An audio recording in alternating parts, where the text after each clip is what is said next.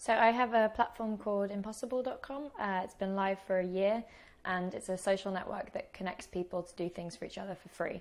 And so essentially it's a community of people who help each other out, whether that's skills, services, sometimes giving things away. And how's it been going? So it's been live a year.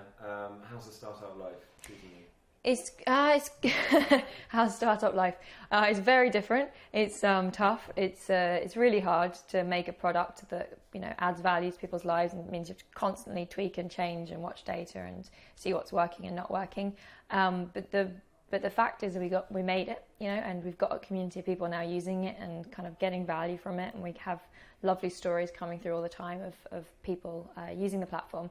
And we've taken all our learnings from the last year, kind of by watching what's working and not working, and then we're about to do a second release of the platform in a few weeks, which I'm very excited about.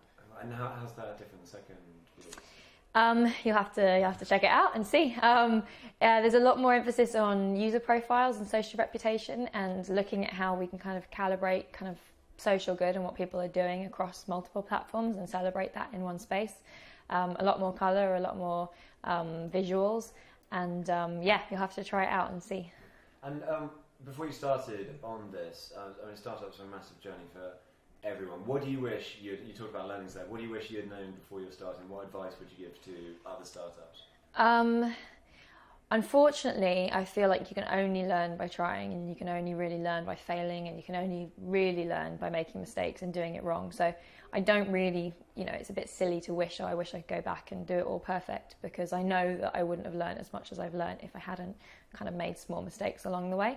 But the advice I would give to somebody else doing a startup is start simple, do the simplest thing. There's this kind of term in technology, minimum viable product, which means building the simplest, leanest product you possibly can and then growing from there.